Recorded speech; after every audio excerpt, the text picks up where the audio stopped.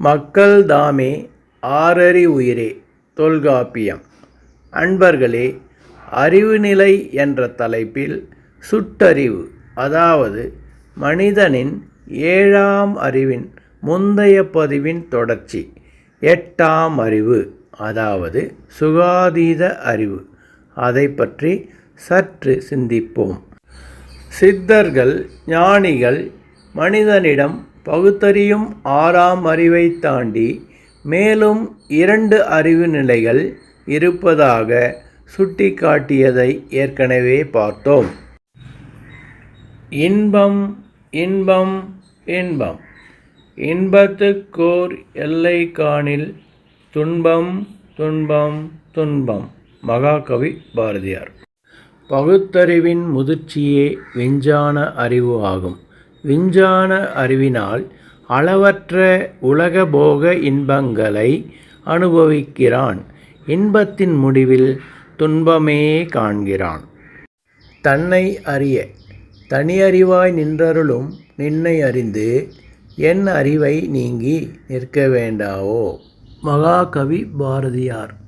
6 அறிவு படைத்த மக்கள் அறிவை மேல்நிலைக்கு உயர்த்தி ஆன்மாவாம் தன்னை அறியும் அறிவாம் சுட்டறிவு 7ஆம் அறிவு.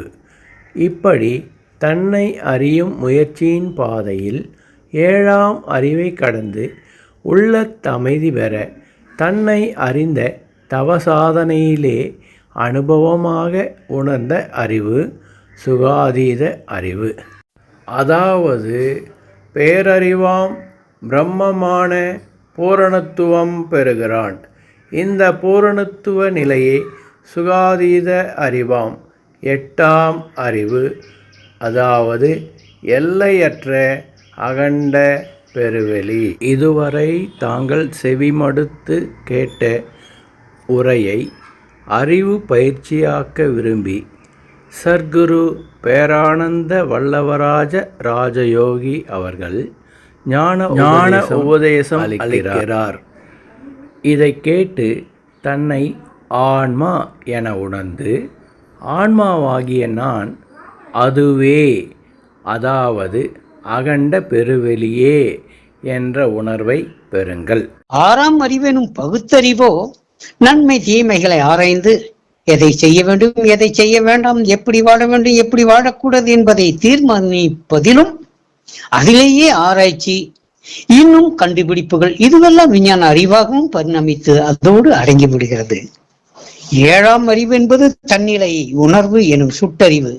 தன்னை அறிவதற்கு எத்தனம் செய்யும் நிலையில் இந்த 7ஆம் அறிவு என்பது என்னவென்றால், 5 புலன்களிலிருந்து விடுபட்டு பயிற்சியையும் விட்டுவிட்டு தன்னிலையை அறிவதற்கு எத்தனம் செய்யும் பொழுது இது 7ஆம் அறிவு எனப்படுகிறது.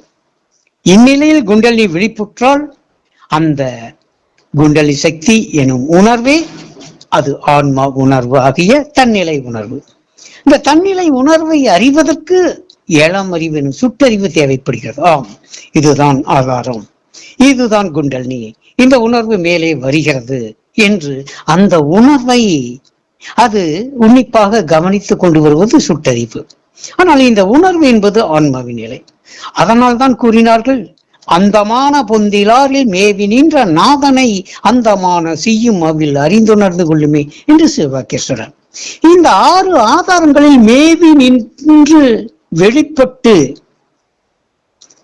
ஆக்ஞா கடந்த சகசிராரத்தில் சுழலும் அந்த உணர்வு என்பதுதான் குண்டலினி சக்தி. குண்டலினி சக்தி என்பதுதான் உணர்வு. இந்த உணர்வு தான் ஆன்மா உணர்வு. அப்போ இந்த நிலையை பெறும்போது ஆன்மா உணர்வாளர்களாக நீங்கள் திகழ்கிறீர்கள். ஆன்மா உணர்வு கொண்டு சகசிராராவை கவனிக்கிறீர்கள்.